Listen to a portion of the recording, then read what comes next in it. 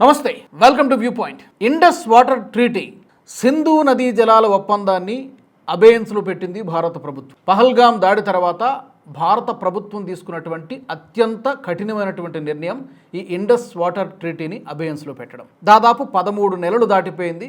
ఈ 13 నెలల కాలంలో అనేక సందర్భాలలో పాకిస్తాన్ మంత్రులు, పాకిస్తాన్ ఫీల్డ్ మార్షల్, పాకిస్తాన్ ప్రధానమంత్రి షహబాజ్ షరీఫ్, అసిమ్ మునీరు, ఖవాజా ఆసిఫ్ డిఫెన్స్ మినిస్టరు, వీళ్ళు దొరికినప్పుడల్లా చాలామంది మంత్రులు భారత్ని రెచ్చగొట్టేలాగా మాట్లాడుతున్నారు. తాజాగా ఒక పాకిస్తాన్ మంత్రి ఈ లైన్స్ అన్నిటిని క్రాస్ చేసి, రెడ్ లైన్స్ అన్నిటిని దాటేసి చాలా ఘాటుగా మాట్లాడాడు.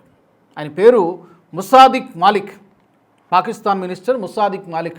ఆయన ఏం మాట్లాడుతున్నాడంటే, పాకిస్తాన్కి రావాల్సినటువంటి వాటర్ షేర్ రాకుండా భారత్ అడ్డుకుంటోంది, ప్రధానమంత్రి మోదీ అడ్డుకుంటున్నారు. We will cut of their hands, అంటే ప్రధాని మోదీ చేతుల్ని నరికేస్తాం అని చెప్పి ముసాదిక్ మాలిక్ భారత ప్రభుత్వానికి, ప్రధాని మోదీకి కూడా హెచ్చరికలు చేసేలాగా తాజాగా మాట్లాడాడు. ముసాదిక్ మాలిక్ ఆయన వాతావరణ మార్పుల మంత్రి అంట. ఈయన పేరు కూడా ఎప్పుడు వినలేదు. బహుశా మన ఇండియన్ న్యూస్ పేపర్స్లో పెద్దగా ఎక్కడ ఈయన కనిపించడు. బహుశా మరి టీవీల్లో కనిపించాలని, లేకపోతే న్యూస్ పేపర్ హెడ్లైన్స్లో కనిపించాలనేటువంటి ఒక దుగ్ధ ఏమైనా ఉన్నదో, ఐడెంటిటీ క్రైసిస్తో ఇబ్బంది పడుతున్నాడేమో తెలియదు. కానీ సరే, అందరూ మాట్లాడుతున్నారు కదా, మరి మనం ఎందుకు మాట్లాడకూడదు, మనం కూడా హెడ్లైన్స్ గ్రాప్ చేయాలి కదా అనేటువంటి ఉద్దేశంతో ఈ ముసాదిక్ మాలిక్ మాట్లాడినట్టుగా కనబడుతోంది. మరి చేతులు నరికేస్తామని చెప్పి ఈయన మాట్లాడుతున్నాడు. మొన్నటికి మొన్న డిఫెన్స్ మినిస్టర్ ఖవాజా ఆసిఫ్ కూడా we will go to war, మేము యుద్ధం చేస్తాం భారత్తో, మేము సిద్ధంగా ఉన్నామని చెప్పి ఖవాజా ఆసిఫ్ ఆయన మాట్లాడుతున్నాడు. కొద్ది రోజుల కిందట షహబాజ్ షరీఫ్ కూడా మాట్లాడాడు. అసిమ్ మునీర్ కూడా తరచుగా స్టేట్మెంట్లు ఇస్తూ ఉన్నాడు, భారత్ని రెచ్చగొట్టేలాగా, కవ్వించేలాగా మాట్లాడుతూ ఉన్నాడు. సో గడిచిన 13 నెలల కాలంలో ఈ స్టేట్మెంట్లు తప్పితే పాకిస్తాన్ భారత్ని ఏం చేయగలిగింది? ఈ 13 నెలలకు పైగా, దాదాపు 1.5 year, సంవత్సరంన్నర కాలంలో భారతదేశాన్ని పాకిస్తాన్ ఏం చేయగలిగింది? నిజానికి ఈ అంశాన్ని తీసుకెళ్ళి మీ వరల్డ్ బ్యాంక్ దగ్గరికి వెళ్ళింది, ప్రపంచ బ్యాంక్ దగ్గరికి వెళ్ళింది. ఇదేదో మీరు పరిష్కరించండి అని చెప్పి ప్రపంచ బ్యాంక్ ఒకటే చెప్పింది, మీ 2 దేశాలు వస్తే కూర్చొని చర్చించుకుంటామంటే మేము ఫెసిలిటేట్ చేస్తాం, మేము హోస్ట్ చేస్తాం. కానీ ఈ వ్యవహారంలో ఇది ద్వైపాక్షికంగా మీరు చర్చలు జరిపి పరిష్కరించుకోవాల్సిందే తప్ప ప్రపంచ బ్యాంకు ఈ విషయంలో నేరుగా ఇన్వాల్వ్ కాలేదు. కాకపోతే మీరు వస్తానంటే, పాకిస్తాన్ భారత్ వస్తానంటే మా వేదికగా మేము హోస్ట్ చేస్తాం, ఫెసిలిటేట్ చేస్తాం, డిస్కషన్స్కి మేము వేదిక అవుతాం. కానీ మేము జడ్జి చేయం, ఇది మీరు చేయండి, ఇది మీరు చేయకూడదని చెప్పి వాళ్ళకి కానీ మీకు కానీ మేము చెప్పలేము, మాకు రైట్స్ లేవని చెప్పి ప్రపంచ బ్యాంకు తేల్చి చెప్పేసింది, ముఖం మీదే చెప్పేసింది. సో అక్కడ ఎపిసోడ్ ముగిసిపోయింది, ముఖం మీద డోర్లు వేసేసారు వరల్డ్ బ్యాంక్. ఇక నెక్స్ట్ హేగ్లో ఉన్నటువంటి అంతర్జాతీయ కోర్టు కూడా పాకిస్తాన్ అప్రోచ్ అయ్యింది, ఇదేదో మీరు తేల్చాలని చెప్పి. అక్కడ కూడా సేమ్ ఇదే రెస్పాన్స్ వచ్చింది. వరల్డ్ బ్యాంక్ నుంచి ఏదైతే రెస్పాన్స్ వచ్చిందో, ఎలాంటి ప్రతిస్పందన అయితే వచ్చిందో, ఈవెన్ హేగ్లో ఉన్నటువంటి ఇంటర్నేషనల్ కోర్టు కూడా అదే చెప్పి, ఈ విషయంలో ఇది బైలేటరల్ ఇష్యూ, ఇది ద్వైపాక్షిక వ్యవహారము, మీరుగా చర్చించుకొని రిజాల్వ్ చేసుకోవాల్సిందే తప్ప మేము ఈ విషయంలో జోక్యం చేసుకోలేమని చెప్పేసింది. సో అక్కడ 2 చోట్ల కూడా పాకిస్తాన్కి ఘోరమైనటువంటి పరాభవమే ఎదురైంది. మరి మిగిలింది ఏంటి? ఇప్పుడు ఏం జరుగుతోందంటే, ఇండస్ వాటర్ ట్రీటీని అబేయన్స్లో పెట్టడం ద్వారా, గతంలో కూడా కొన్నిసార్లు మనం వార్తలు చెప్పుకున్నాం, తీవ్రమైనటువంటి నీటి ఎద్దడి ఎదుర్కోవాల్సి వస్తోంది పాకిస్తాన్లో చాలా ప్రాంతాల్లో. దీని మీద డిపెండెన్సీ చాలా ఉంది అక్కడ. ఒకటి తాగునీటి కోసం, డ్రింకింగ్ వాటర్ కోసం, అలాగే సాగునీటి కోసం కూడా ఈ సింధు నదీ జలాలపైన చాలా డిపెండెన్సీ ఉంది. కటకటలాడాల్సినటువంటి పరిస్థితి వస్తుంది. ఎంతకాలం భరించగలుగుతోంది? ప్రజలు తిరగబడేటువంటి పరిస్థితులు వస్తున్నాయి. దీంతో పాటు ఇక అక్కడ ఉండాల్సినటువంటి, ఎప్పుడు ఉండేటువంటి పరిస్థితులు ఎలాగో ఉండనే ఉన్నాయి. ఫినాన్షియల్ క్రైసిస్, ఆర్థిక సంక్షోభం రోజు రోజుకి తీవ్రమవుతోంది. పొలిటికల్ ఇన్స్టెబిలిటీ, రాజకీయ అస్థిరత కూడా అక్కడ ఇబ్బంది పెడుతోంది. దీనికి తోడు నలుదిక్కుల నుంచి కూడా సఫికేట్ చేస్తున్నారు, పాకిస్తాన్ని ఊపిరాడనివ్వకుండా చేస్తున్నారు. పాకిస్తాన్ ప్రభుత్వానికి, పాకిస్తాన్ ISI, పాకిస్తాన్ ఆర్మీకి కూడా ఊపిరాడకుండా సఫికేట్ చేసేటటువంటి పరిస్థితి కనబడుతోంది. సింధులో చూసిన, నిన్నగాక మొన్న పాకిస్తాన్ రేంజర్స్ హెడ్ క్వార్టర్స్ పైన ఒక పెద్ద అటాక్ జరిగింది. ఈ అటాక్ మేమే చేసామని చెప్పి TTP, Tehreek Taliban Pakistan announce కూడా చేసుకుంది. 9 మంది 10 మంది చనిపోయారు. కరాచీ నగరం నడిబొడ్డులో కొట్టారంటే TTP ఎంత స్ట్రాంగ్గా ఉంది, ఎంత గ్రిప్ ఉంది ఆ ఏరియాలో. కరాచీ అనేది వాళ్ళకి ఫినాన్షియల్ క్యాపిటల్, ఆర్థిక రాజధాని. అక్కడికొచ్చి కొట్టామంటే చూడండి మేము పాకిస్తాన్ని ఏమైనా చేయగలుగుతామనేటువంటి ఇండికేషన్ టీటీపీ వాళ్ళు ఇస్తున్నారు. ఇది ఫస్ట్ టైం కాదు, ఈ మధ్యకాలంలో ఒక 2-3 సార్లు చేశారు. ప్రధానమైనటువంటి చోట్ల ఉగ్రవాద దాడులు జరుగుతున్నాయి. సో ఏదైతే ఉగ్రవాదాన్ని పెంచి పోషిస్తూ పాకిస్తాన్ ఇన్ని దశాబ్దాలుగా వచ్చిందో ఈ రోజున అదే ఉగ్రవాదము పాకిస్తాన్ని మింగేయడానికి సిద్ధంగా ఉన్నది. ఇది రీసెంట్గా జరిగినటువంటి ఉదంతం. తర్వాత పీఓజేకేలు అల్లర్లు కొనసాగుతూనే ఉన్నాయి. గతంలో ఎన్నడూ లేనంత విధంగా తీవ్రంగా ఉద్యమం జరుగుతోంది. Jammu Kashmir Awami action committee Jack ముందుండి నడిపిస్తోంది.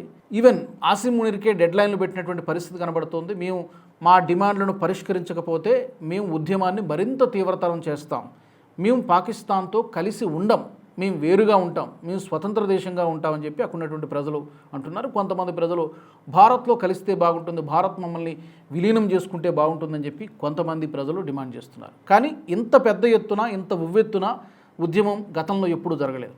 ఎప్పటి నుంచో ఉన్నది అసంతృప్తి, ఎప్పటి నుంచో ఉన్నది ఆందోళనలు, నిరసనలు. కానీ ఈ మధ్యకాలంలో ఇంకా ఉవ్వెత్తున ఎగసిపడుతున్నాయి పీఓజేకేలు. అక్కడి నుంచి ముట్టడి జరుగుతోంది. ఇంకోవైపు బలూచిస్తాన్ ప్రావిన్స్లో కూడా బిఎల్ఏ అలాగే మరికొన్ని 2-3 సంస్థలు చాలా తీవ్రమైనటువంటి పోరాటం చేస్తున్నాయి. పాకిస్తాన్ని ఉక్కిరిబిక్కిరి చేస్తున్నాయి. పాకిస్తాన్ ఆర్మీని కనబడితే కాల్చేటువంటి పరిస్థితి, ట్రైన్ హైజాక్ చేయడము, ట్రైన్లపైన దాడులు చేయడము, పాకిస్తాన్ ఆర్మీని చంపేయడము. గడిచిన సంవత్సరంన్నర కాలంలో పాకిస్తాన్ ఆర్మీ చాలామంది సైనికుల్ని బిఎల్ఏ బలూచిస్తాన్ లిబరేషన్ ఆర్మీ చంపేసింది. చాలా సైలెంట్గా చాలామంది రాజీనామాలు చేసి వెళ్ళిపోతున్నారు. దీనికి చాలా కారణాలు ఉన్నాయి. ఒకటి, తమ ప్రాణాలను తాము కాపాడుకోవడానికి.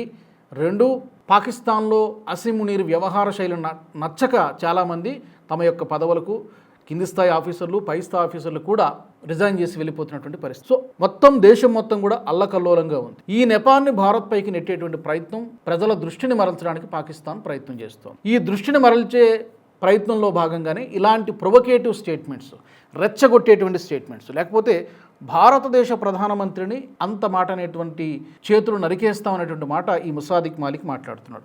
ఇది ఫస్ట్ టైం కాదు. ఇందాక చెప్పాను, బిలావల్ భుట్టో జర్దారి ఆయన కూడా మాట్లాడాడు. ఎప్పుడు మాజీ విదేశాంగ మంత్రి జూన్ 2025లో కూడా ఆయన కూడా మాట్లాడాడు. భారత్ కనుక నీటిని సమంగా పంచకపోతే పాకిస్తాన్ తన హక్కుల్ని కాపాడుకోవడానికి ఎంతవరకైనా వెళ్తాం, రక్తం ఏరులై ప్రవహిస్తుందని చెప్పి బిలావల్ భుట్టో కూడా మాట్లాడాడు. అన్ని 6 నదులపై కూడా మేము హక్కులను సాధించుకుంటాం, అది ఎలా చేయాలో మాకు తెలుసని చెప్పి బిలావల్ భుట్టో కూడా మాట్లాడాడు. అండ్ పాకిస్తాన్ విదేశాంగ మంత్రి భారత్ ఈ ఒప్పందాన్ని, ఇండస్ వాటర్ ట్రీటీని ఏకపక్షంగా నిలిపేయడానికి హక్కు లేదు అని చెప్పి పాకిస్తాన్ విదేశాంగ మంత్రి చాలాసార్లు ప్రకటించింది. అంతర్జాతీయ న్యాయస్థానాలు సహా అన్ని చట్టపరమైనటువంటి మార్గాల్ని మేము పరిశీలిస్తున్నామని చెప్పాడు. అప్పట్లో వెళ్ళాడు, అంతర్జాతీయ న్యాయస్థానానికి వెళ్ళాడు. మీరు తీల్చుకోండి అని చెప్పేశారు. ఇక పాకిస్తాన్ ఇన్ఫర్మేషన్ మినిస్టర్ అతావుల్లా తరార్ అతను కూడా కొద్ది రోజుల కింద మీడియా సమావేశంలో మాట్లాడాడు. సింధు జలాల ఒప్పందం ప్రపంచ బ్యాంక్ ఆధ్వర్యంలో జరిగినటువంటి ఒప్పందం కాబట్టి వాళ్ళు దీన్ని సార్ట్అవుట్ చేస్తారు, కానీ ఈ ఒప్పందాన్ని భారత్ ఉల్లంఘిస్తోంది. భారత్ చాలా స్పష్టంగా చెప్పింది, ఒప్పందాన్ని ఎందుకు తాత్కాలికంగా అబేయన్స్లో పెడుతున్నాం. హోంమంత్రి అమిత్ షా చెప్పారు, ప్రధాని నరేంద్ర మోదీ చెప్పారు. పాకిస్తాన్ ఉగ్రవాద కార్యకలాపాలకు ప్రత్యక్షంగానూ పరోక్షంగానూ పూర్తిగా ఫుల్ స్టాప్ పెట్టేంత వరకు కూడా ఈ యథాతథ స్థితి ఇలాగే కొనసాగుతుంది, ఒక్క చుక్క నీటిని కూడా ఇవ్వము. నిజానికి ఈ ఇండస్ వాటర్ ట్రీటీ జరిగినటువంటి సమయంలో కూడా అన్ఫెయిర్గా ఈ ఒప్పందం జరిగింది, దాన్ని రివ్యూ చేసుకోవాల్సినటువంటి అవసరం ఉన్నది. 60% పాకిస్తాన్కి వెళ్ళిపోతుంది, కేవలం 40% వాటర్ షేర్ మాత్రమే మనకు వస్తోంది. ఇది డెఫినెట్గా రివ్యూ జరగాలని చెప్పి భారత్ ఎప్పటి నుంచో ఒత్తిడి తెస్తోంది. సరైనటువంటి సమయం దొరికింది కాబట్టి పహల్గామ్ లాంటి ఒక 25 మంది హిందువులను మతం అడిగి మరీ కాల్చి చంపేశారు, వెళ్ళి మీ మోదీకి చెప్పుకోండి అని చెప్పి అక్కడ ఉన్నటువంటి ఉగ్రవాదులు అనడము, ఇంతకంటే బలమైనటువంటి కారణం ఎప్పుడూ కూడా ఉండదని చెప్పి భారత్ భావించింది. గతంలో 4-5 సార్లు యుద్ధాలు జరిగినప్పటికీ కూడా ఎప్పుడు కూడా ఈ ఇండస్ వాటర్ ట్రీటీని నిలుపుదల చేయలేదు భారత్. కానీ మొట్టమొదటిసారిగా పహల్గామ్ అటాక్ తర్వాత ఈ కఠినమైనటువంటి నిర్ణయాన్ని తీసుకోవడం జరిగింది. ఇలా పలు సందర్భాల్లో పాకిస్తాన్ సైన్యము, మంత్రులు హెచ్చరికలు చేస్తూనే ఉన్నారు. భారత్ యొక్క వైఖరి ఒకే విధంగా ఉంది.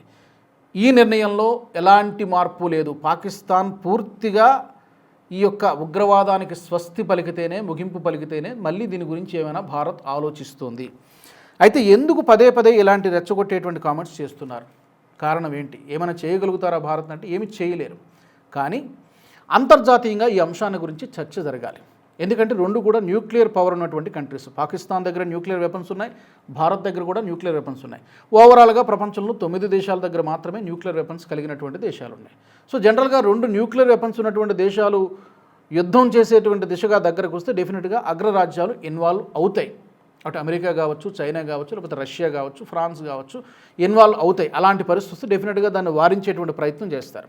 ఇప్పుడు పాకిస్తాన్ కూడా ఈ ప్రొవొకేటివ్ కామెంట్స్ ఎందుకు చేస్తుందంటే, ఒకటి ఈ అంశం గురించి ఇంటర్నేషనల్గా చర్చ జరగాలి, ఫోకస్ ఇక్కడ పడాలి, తద్వారా మీడియేటర్ ఎవరో ఒకరు రావాలి, మధ్యవర్తిత్వం జోక్యం కలిగించుకోవాలి. పర్టికులర్గా అమెరికా ఇంటర్వెన్షన్ కోసం పాకిస్తాన్ ఎదురు చూస్తోంది.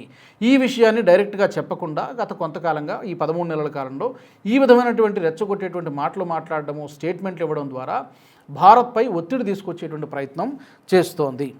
అది చాలా స్పష్టంగా అర్థమవుతుంది. అమెరికా కూడా సిద్ధంగానే ఉంటుంది, పిలిస్తే మేము వస్తాం, మేము మధ్యవర్తిత్వం వహిస్తామని చెప్పి అమెరికా వస్తుంది. అది పిఓజేకి విషయంలో కూడా గతంలో వచ్చింది, అవసరం లేదు పొమ్మని చెప్పాం. ఇది మా 2 దేశాల మధ్య ఉన్నటువంటి వివాదం, మేమే పరిష్కరించుకుంటాం.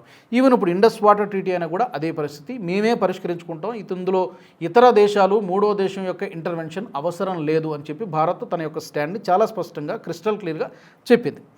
ఇప్పుడు బేసిక్గా ఈ సందర్భంగా మాట్లాడుకోవాల్సింది వార్ డాక్ట్రిన్. మన భారతదేశానికి ఉన్నటువంటి న్యూక్లియర్ వార్ డాక్ట్రిన్, యుద్ధ సిద్ధాంతము, పాకిస్తాన్ వార్ డాక్ట్రిన్కి చాలా డిఫరెన్స్ ఉంది. మనకి 1999లో భారత్ తన న్యూక్లియర్ డాక్ట్రిన్ని ప్రకటించడం జరిగింది. దాంట్లో ప్రధానంగా ఏంటంటే నో ఫస్ట్ యూస్. భారత్ ఎప్పుడు కూడా న్యూక్లియర్ వెపన్స్ని ముందుగా ఉపయోగించదు. ఎవరైనా శత్రువు మనపై దాడి చేస్తే అప్పుడు మాత్రమే మనం మన దగ్గర ఉన్నటువంటి న్యూక్లియర్ వెపన్స్ ఉపయోగిస్తాం. ఇది మన న్యూక్లియర్ డాక్ట్రిన్లో, మన వార్ డాక్ట్రిన్లో ఉన్నది. దీన్ని ఏమంటారంటే క్రెడిబుల్ మినిమం డిటరెన్స్ అంటారు. అంటే అవసరానికి సరిపడా అణ్వాయుధాలని మాత్రమే ఉంచుకోవడము, దాడి జరిగితే మాత్రం శత్రు దేశానికి చాలా తీవ్రమైనటువంటి నష్టం కలిగించేటువంటి కెపాసిటీ మన దగ్గర ఉంది. నిజానికి ఈ మధ్యన మనకు వచ్చినటువంటి రిపోర్ట్ చూస్తే మన దగ్గర 190 న్యూక్లియర్ వార్ హెడ్స్ ఉన్నాయి. పాకిస్తాన్ దగ్గర 170 న్యూక్లియర్ వార్ హెడ్స్ ఉన్నాయి. మనకంటే ఒక 20 తక్కువ. మనం ఈ మధ్య కాలంలోనే ఒక 10 న్యూక్లియర్ వార్ హెడ్స్ని నెంబర్ని పెంచుకోవడం జరిగింది. ఇది మన వార్ డాక్ట్రిన్. బట్ వేరేజ్ పాకిస్తాన్ వార్ డాక్ట్రిన్ ఎలా ఉంది అంటే అలా లేదు. మనం నో ఫస్ట్ యూసేజ్ అన్నాం కదా, పాకిస్తాన్ వార్ డాక్ట్రిన్లో అది లేదు. వాళ్ళకు అందుకనే పదే వీళ్ళు ఏమంటున్నారు మంత్రులు అంటే కనుక, మీరు నీటిని ఆపేస్తే మేము యాక్ట్ ఆఫ్ వార్గా దీన్ని తీసుకుంటాము, దీన్ని యుద్ధాన్ని రేకెత్తించే చర్యలాగా మేము తీసుకుంటాం, అంటే వాటర్ డిస్రప్షన్ జరిగితే మేము we will go to war అని చెప్పి పదే పాకిస్తాన్ మంత్రులు ఎందుకు మాట్లాడుతున్నారంటే ఇదే కారణం.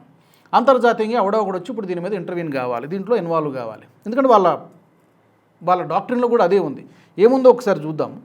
మనం చెప్పినట్టుగా పాకిస్తాన్ ఎప్పుడు చెప్పాలి, నో ఫస్ట్ యూసేజ్ అయినటువంటి విధానం పాకిస్తాన్కి లేదు. వాళ్ళు ఎప్పుడైనా న్యూక్లియర్ వెపన్స్ ఉపయోగించవచ్చు. అయితే ఇదేమి మనమే పెట్టుకున్నటువంటి కండిషను, ప్రతిపాదన, పాలసీ కాబట్టి దాన్ని తూచా తప్పకుండా పాటించాలనేటువంటి ఒక లెజిటిమేట్ లీగల్ ఏమీ లేదు. కావాలంటే దాన్ని మనం మార్చుకునేటువంటి వెసులుబాటు కూడా మన ప్రభుత్వానికి ఉన్నది. అఫీషియల్గా అనౌన్స్ చేయలేదు, కానీ అవసరమైతే మనం ముందుగా వాడడానికి కూడా భారత ప్రభుత్వం సిద్ధంగానే ఉన్నది. ఈ మధ్య కాలంలో గతంలో ఎప్పుడూ తీసుకున్నటువంటి విధంగా, చేయనటువంటి విధంగా 12 న్యూక్లియర్ వార్ హెడ్స్ని ఆపరేషనల్గా యాక్టివ్ మోడ్లో పెట్టింది. It never happened in the history. ఎప్పుడు చేయలే. గతంలో 4-5 సార్లు మనం పాకిస్తాన్తో 65లో ఒకసారి యుద్ధం చేశాం, 71లో ఒకసారి వార్ జరిగింది, బంగ్లాదేశ్ సెపరేట్ అయిపోయింది, 1999లో కార్గిల్ వార్ జరిగింది, తర్వాత 2025లో పహల్గామ్ అటాక్ తర్వాత ఆపరేషన్ సింధూర్ జరిగింది. అఫ్కోర్స్ అది ఫుల్ స్కేల్ వార్ కాదు, but that is a mini war అనుకోవచ్చు. సో ఎన్నిసార్లు యుద్ధాలు జరిగినా కూడా న్యూక్లియర్ వెపన్స్ని డైరెక్ట్గా బటన్ నొక్కితే జస్ట్ రెడీ టు లాంచ్ అనేటువంటి ఆపరేషనల్లీ యాక్టివ్ మోడ్లో ఎప్పుడు కూడా భారత్ పెట్టలేదు. కానీ రీసెంట్గా సిప్రీ రిపోర్టు ప్రకారం చూస్తే 12 న్యూక్లియర్ వార్ హెడ్స్ని భారత్ యాక్టివ్ మోడ్లో పెట్టింది. అంటే దీని అర్థం ఏంటంటే చుట్టూ పరిస్థితి is India getting ready for war అనేటువంటి సంకేతాన్ని ఇస్తోంది. ఎందుకంటే అటువైపు నుంచి వస్తున్నటువంటి బెదిరింపులు కానీ ఇవన్నీ కూడా అదే సంకేతాలను ఇస్తూ ఉంది. ఎందుకంటే పాకిస్తాన్కి ఒక విషయం చాలా స్పష్టంగా తెలుసు, కాంప్రహెన్సివ్గా డైరెక్ట్ వార్లో, డైరెక్ట్ కాంబాట్లో ఎప్పుడు కూడా పాకిస్తాన్ భారత్పై యుద్ధం చేసి గెలవలేదు. ఎందుకంటే ఆర్మీ కెపాసిటీ చూసుకున్నా, ఎయిర్ ఫోర్స్ కెపాసిటీ చూసుకున్నా, నేవీ కెపాసిటీ చూసుకున్నా కూడా ఎక్కడ కూడా నక్కకి నాగలోకానికి ఉన్నంత తేడా ఉంటుంది, చాలా వ్యత్యాసం ఉంటుంది కెపాసిటీ, సామర్థ్యము, నెంబర్స్ ఇవన్నీ చూసుకుంటే కూడా. కాబట్టి డైరెక్ట్గా మనం భారత్తో యుద్ధం చేసి గెలవలేనటువంటి సంగతి పాకిస్తాన్కి తెలుసు. వాళ్ళ దగ్గర ఉన్నటువంటి ఈ పవర్ఫుల్ వెపన్స్ ఏంటంటే న్యూక్లియర్ వెపన్స్ మాత్రమే ఉన్నాయి. సో ఇవి ప్రయోగిస్తామని చెప్పి ఒక విధంగా బెదిరించడము, బ్లాక్మెయిల్ చేయడము, ఇవంతా కూడా అంతర్జాతీయ సమాజానికి పాకిస్తాన్ ఒక ఇండికేషన్ ఇస్తూ ఉన్నది ఈ స్టేట్మెంట్లు ఇవ్వడం ద్వారా. కానీ మరి ఎవరు కూడా ఇంతవరకు, అమెరికా కానీ ఇంకెవరు, రష్యా కానీ లేకపోతే ఏ దేశం కూడా ఇంతవరకు ఈ అంశానికి సంబంధించి ముందుకు రాలేదు. వచ్చినా కూడా భారత్ దానికి సంసిద్ధంగా లేదు. సో పాకిస్తాన్ వార్ డాక్ట్రిన్లో ఏముందంటే ఫుల్ స్పెక్ట్రమ్ డిటరెన్స్ అంటారు. అదే తన పాలసీ. అంటే చిన్న చిన్న టాక్టికల్ అణ్వాయుధాలు వాడడము, ఈ మధ్యశ్రేణి మిసైల్స్ని వాడడము, లాంగ్ రేంజ్ న్యూక్లియర్ క్షిపణులు వాడడం, ఇవన్నీ కూడా ఫుల్ స్పెక్ట్రమ్ డిటరెన్స్ అంటారు. మనది అలా కాదు. సో అది డెఫినెట్గా మనం కూడా కరెక్ట్ చేసుకోవాల్సినటువంటి అవసరం ఉంది, మార్చుకోవాల్సినటువంటి అవసరం ఉందని చెప్పి మారుతున్న జియో పొలిటికల్ టెన్షన్స్ దృష్ట్యా మనం కూడా ఈ వార్ డాక్ట్రిన్లో మార్పులు తీసుకురావాలేమో అనిపిస్తోంది. సో మొత్తం మీద కన్వెన్షనల్ వార్లో నేరుగా యుద్ధం చేసి భారత్పై గెలవలేం కాబట్టి గత 75-78 సంవత్సరాల నుంచి కూడా పాకిస్తాన్ వార్ డాక్ట్రిన్లో ఇంకొక చాలా కీలకమైనటువంటి విషయం ఏంటంటే బ్లీడ్ ఇండియా బై 1000 cuts. భారత్ని ఎప్పుడు కూడా రక్తమోడుతూనే ఉంచాలి, ఏదో ఒక విధంగా ఇండియా లేదా భారత్ బ్లీడ్ అవుతూనే ఉండాలి, రక్తం గారుతూనే ఉండాలి. ఆ విధంగా ఫుల్ స్కేల్ వార్కి వెళ్ళకూడదు. అవసరమైనప్పుడు పెద్ద పెద్ద దాడులు చేయాలి. ముంబై అటాక్స్ లాంటివి, మొన్న లాస్ట్ ఇయర్ ఢిల్లీలో జరిగినటువంటి car bomb, suicide bomb attacks లాంటివి చేస్తూ ఉండాలి. ఈ మధ్యలో ఇన్ఫిల్ట్రేషన్స్ చేయాలి, వెపన్స్ని తరలించాలి, ఎక్కడున్నటువంటి స్లీపర్ సెల్స్ని వాడుకోవాలి. ఇట్లా ఎప్పుడు కూడా ఆ బోర్డర్ ఏరియాని బాయిలింగ్ పాయింట్ లాగానే ఉంచాలి. దేశంలో అస్థిరతను రాజేయాలి, తీవ్రవాదులను ఇక్కడికి జొప్పించాలి వేల సంఖ్యలో. వాళ్ళకు ఉన్నటువంటి అందుకనే డిఫెన్స్ బడ్జెట్ వాళ్ళు ఎప్పటికప్పుడు ప్రతి ఏటా పెంచుకుంటూనే ఉంటారు. వాటిలో చాలా భాగము ఉగ్రవాద సంస్థలకి నేరుగానో డైరెక్ట్గానో ఇండైరెక్ట్గానో ఫండింగ్ కూడా వెళ్తూ ఉంటుంది. ఈ 1000 బ్లీడ్ ఇండియా బై 1000 cuts అనేటువంటిది వాళ్ళ వార్ డాక్ట్రిన్లో, పాకిస్తాన్ వార్ డాక్ట్రిన్లో చాలా స్పష్టంగా ఉన్నది. దాన్నే ఈ రోజున కూడా పాకిస్తాన్ ఫాలో అవుతుంది. దీంట్లో భాగంగానే ఇవన్నీ కూడా ఈ హెచ్చరికలు, స్టేట్మెంట్లు ఇవన్నీ కూడా చేస్తుంది. కానీ ఏమీ చేయలేదు. నేరుగా యుద్ధం పాల్పడితే పాకిస్తాన్ 3 రోజుల్లోనే, కొన్ని గంటల్లోనే బొక్కబోర్లో పడక తప్పదు. కాకపోతే వెనకుండేటువంటి పెద్ద దేశాల అండ చూసుకొని మాత్రమే పాకిస్తాన్ ముందుకు వచ్చి తొడగొడుతోంది, రెచ్చగొట్టేటువంటి ప్రయత్నం చేస్తుంది. ఎవరో మీకు అందరికీ తెలుసు, ఒకటి చైనా, 2 అమెరికా. ఈ 2 దేశాల అండ చూసుకొని మాత్రమే పాకిస్తాన్ రెచ్చిపోతోంది, భారత్ని కూడా రెచ్చగొడుతోంది. మరి ఈ అంశానికి సంబంధించి మీ ఒపీనియన్స్ ఏంటి తప్పకుండా కామెంట్ సెక్షన్లో పెట్టండి. వచ్చే వ్యూ పాయింట్లో మరొక ఇంట్రెస్టింగ్ టాపిక్తో నేను మీ ముందుకు వస్తాను. జై హింద్. ఈ వీడియో మీకు నచ్చినట్టయితే లైక్ చేయండి, 10 మందికి షేర్ చేయండి. అలాగే కామెంట్ల రూపంలో మీ అభిప్రాయాలను మాతో పంచుకోండి. Nationalist hub group of channels ను సబ్స్క్రైబ్ చేసుకుని తెలుగునాట జాతీయవాద జర్నలిజాన్ని ప్రోత్సహించండి. ఈ వీడియో కింద ఉన్న బెల్ ఐకాన్ పై క్లిక్ చేయడం మర్చిపోవద్దు.